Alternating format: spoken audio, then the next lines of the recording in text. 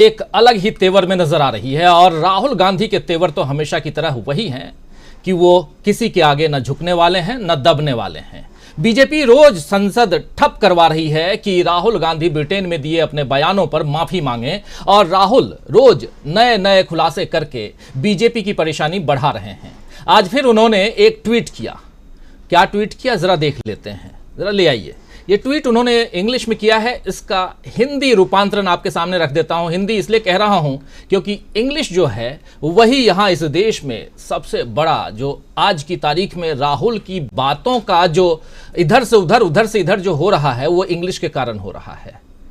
इसीलिए बहुत ईमानदारी के साथ, बहुत जिम्मेदारी के साथ इसका हिंदी आपके सामने रूपांतरण पेश कर रहा हूं। उन्होंने एक खबर साझा किया है, ये इंडियन एक्सप्रेस की खबर है, और इस खबर को साझा करते हुए पूछा है कि भारत का मिसाइल और रडार अपग्रेड अनुबंध अडानी समूह के स्वामित्व वाली कंपनी और इलारा नाम की एक संदिग्ध विदेशी संस्था को दिया गया है। इलारा को कौन नियंत्रित करता है? अज्ञात विदेशी संस्थाओं को सामरिक रक्षा उपकरणों का नियंत्रण देकर भारत की राष्ट्रीय सुरक्षा से समझौता क्यों किया जा रहा है?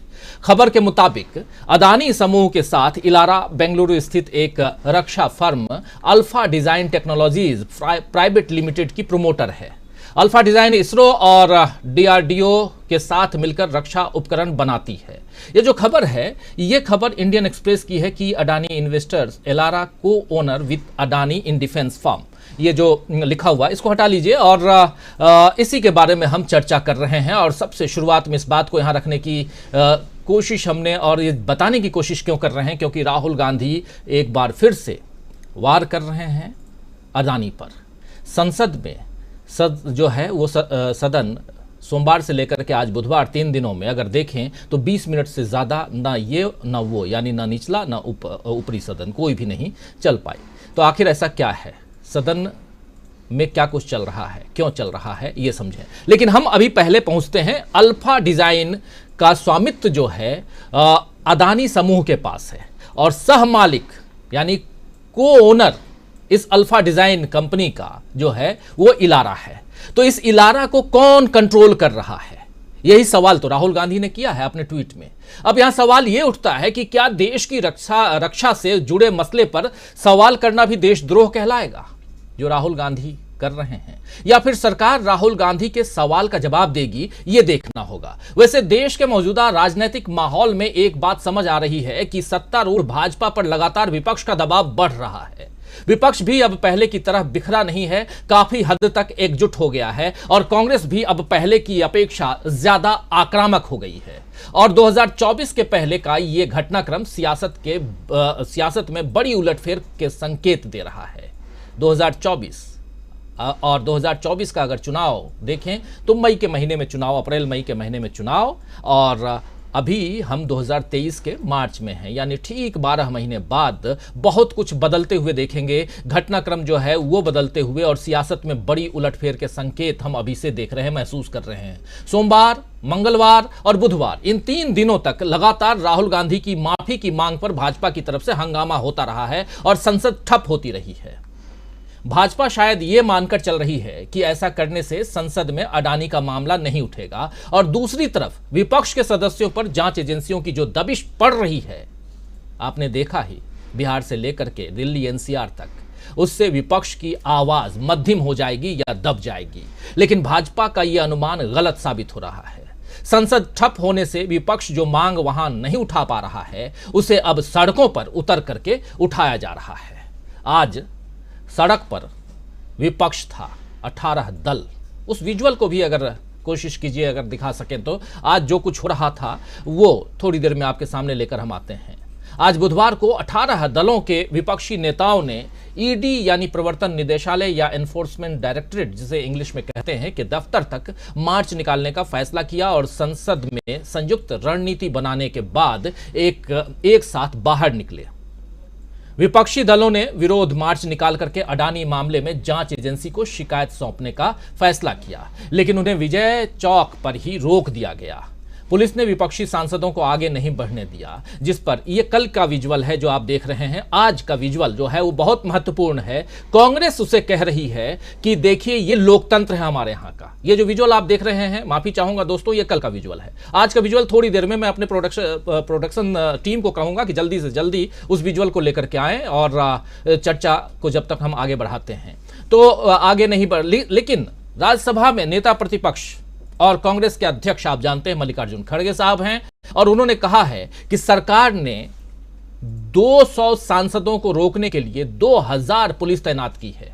कितनी डर गई है मोदी सरकार अदानी का मुद्दा उठाने से, ये कह रहे हैं मल्लिकार्जुन खड़गे। जरा उनकी जुबानी सुनिए। और ये संसद से जब ईडी के दफ्तर की तरफ जाने की कोशिश हो रही थी 18 विपक्षी दलों की तरफ से, 200 सांसद थे, 200 सदस्य थे, लेकिन 2000 वहां पुलिस, दिल्ली पुलिस और सीआरपीएफ के जवान जो हैं वहां इकट्ठा थे। तो ये बात बता रहे हैं मल्लिकार्जुन खड़गे। जरा सुनिए। ये तो रोक लिए हैं, लेकिन हमारा आप देख भी रहे हो तो हम हैं 200 लोग, तो यहाँ पर लोग हैं हम कम से कम 2000 लोग पुलिस। तो हमारी आवाज को दबाना चाहते हैं और हम हमारे और बात तो बाहर ये करते हैं डेमोक्रेसी की, और अगर कोई यहाँ पर डेमोक्रेसी ठीक तरीके से नहीं चल रहा है, अगर कोई डिबेट में कहते हैं या सेमिनार में कहते हैं तो उनको एंटी नेशनल कहा जाता है और उनको दबाया जाता है। अरे यहाँ तो हम पीसफुल प्रोटेस्ट कर रहे हैं, किसी को धक्का नहीं मार रहे, किसी को ढकल रहे नहीं और किसी को हम हार्म भी नहीं कर रहे। बस सीधा हम रिक्वेस्ट कर रहे हैं हमको प्रोसेशन में वहाँ जाने दीजिए, हमारी बात को वहाँ ईडी के सामने रखने दीजिए ताकि वो फर्दर इंक्वायरी करे, इसकी डिटेल इन्वेस्टिगेशन करे और जो रिपोर्ट उनके बारे में इंटरनेशनल इसमें आया है रिपोर्ट्स में वो भी खुलासा हो जाए, इसके लिए हमारी एक कोशिश है।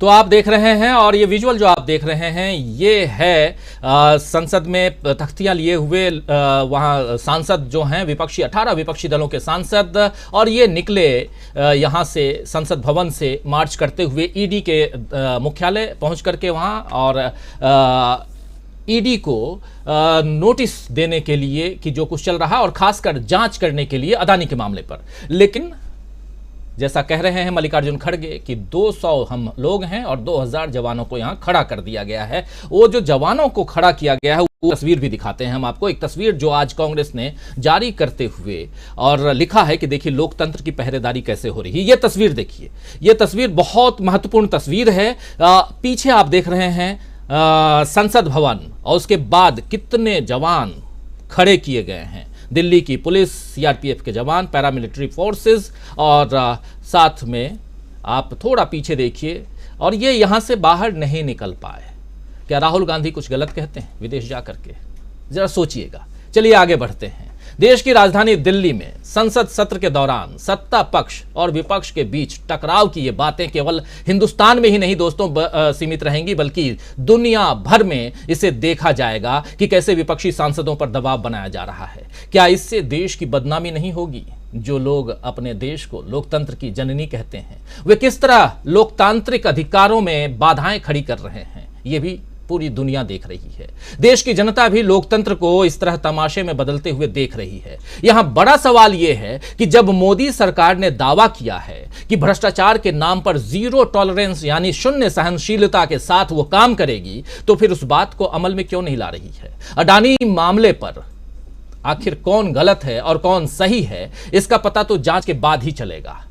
फिर चुप्पी लगाकर क्यों बैठी है सरकार? मोदी जी मौन क्यों है? चुप लगा जाना तो किसी मुद्दे का समाधान नहीं है। या तो सरकार खुलकर कहे कि अदानी समूह पर जो भी आरोप हिंडनबर्ग रिसर्च फर्म ने लगाए हैं वे सब गलत हैं और अपनी ओर से क्लीन चिट दे दे, या फिर विपक्ष की तसल्ली के लिए जेपीसी गठित करे ताकि दूध का दूध और पानी का पानी हो जाए। यह बात विपक्ष के लोग कह रहे हैं, विपक्षी दल कह रहे हैं। ऐसा करने से मोदी सरकार अपनी मजबूती ही साबित करेगी, लेकिन सरकार ऐसा कुछ भी नहीं कर रही है और केवल राहुल गांधी से माफी की मांग पर जोर दे रही है। लेकिन राहुल गांधी हैं कि झुकने का नाम नहीं ले रहे हैं। आज चिर प्रतिद्वंदी कहें राहुल गांधी की स्मृति ईरानी सामने आई। 9.5 मिनट उन्होंने मीडिया को संबोधित किया, जिसमें से 4.5 मिनट इंग्लिश में, 4.5 मिनट 5 मिनट के लगभग हिंदी में। हिंदी का जो उनका वर्जन है ज़रा सुना देता हूं, उसका एक छोटा सा पार्ट। क्या कुछ कह रही हैं इस बात को आप सुनेंगे तो आपको, अगर आप लोगों ने राहुल गांधी के कैम्ब्रिज से लेकर के IJA यानी इंडियन जर्नलिस्ट एसोसिएशन, उसके अलावा इंडियन ओवरसीज कांग्रेस, उसके अलावा चैटम हाउस, उसके अलावा UK यानी ब्रिटिश पार्लियामेंट के एक हिस्से में जो उन्होंने भाषण दिया था, इन सबको अगर आपने सुना होगा तो आप समझ जाएंगे कि दूध का दूध और पानी का पानी क्या हो रहा है। क्या कुछ मैडम जी कह रही हैं, मैडम स्मृति ईरानी कह रही हैं, जरा सुन लीजिए। राहुल गांधी ने एक ऐसे देश में जाकर विदेशी ताकतों का आह्वान किया जिसका इतिहास रहा है भारत को गुलाम बनाने का। भारत की लोकतांत्रिक व्यवस्थाओं की धज्जियां उड़ाते हुए राहुल गांधी ने यह खेद व्यक्त किया कि क्यों विदेशी ताकतें आकर भारत पर धावा नहीं बोलती।